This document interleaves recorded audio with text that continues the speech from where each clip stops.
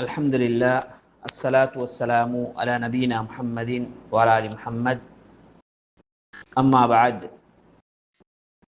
இன்றைய எமது இந்த நிகழ்வில் அல்லாஹ்வின் தூதர் ஸல்லல்லாஹு அலைஹி வஸல்லம் பாதுகாப்பு தேடிய அம்சங்களில் மிக முக்கியமான அம்சங்களை உள்ளடக்கிய ஒரு துஆவை உங்களோடு பகிர்ந்து கொள்ளலாம் நினைக்கிறேன்.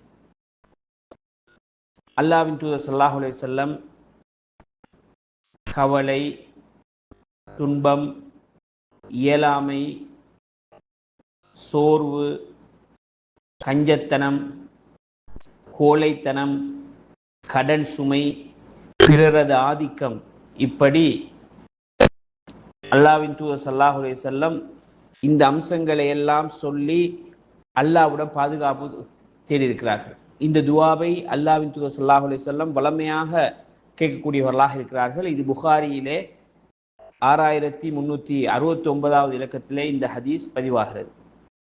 என்ன துஆ என்றால், அல்லாஹும்ம இன்னி அஊது பிக மினல் ஹம்மி வல் ஹஸனி வல் அஜ்ஸி வல் கஸலி வல் புக்லி வல் ஜுப்னி வ ضلعித் தைன் வ கலபத்திர் ரிஜால் என்று அல்லாஹ்வின் தூதர் ஸல்லல்லாஹு அலைஹி வஸல்லம் ஒரே பிரார்த்தனையில் 8 விடயங்களை சொல்லி அல்லாஹ்விடம் பாதுகாவல் தேடுகிறார்கள்.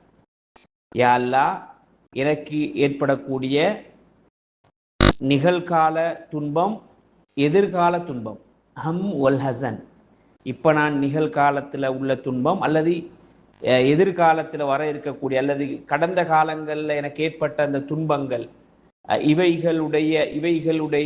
இவைகளை விட்டும் நான் அல்லாஹ்விடம் பாதுகாவல் தேடுகிறேன்.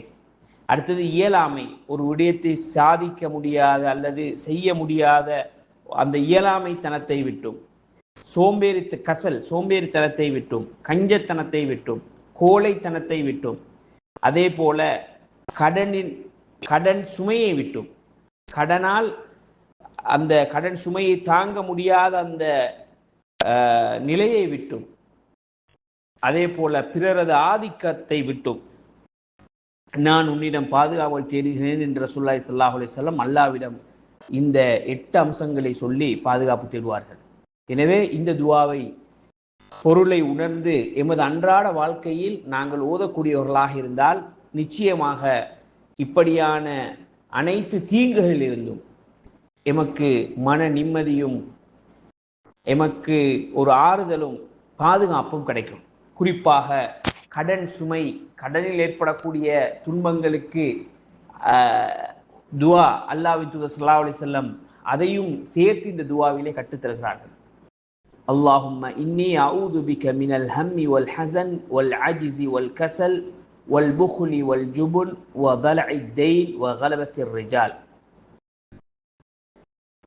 எனவே இந்த துஆவை எமது வாழ்க்கையில் நாங்கள் வளமையாக்கிக் கொள்வோம். அல்லாஹ் தஆலா எமக்கு சிறந்த பாக்கியங்களை தந்தல் புரிவானாக.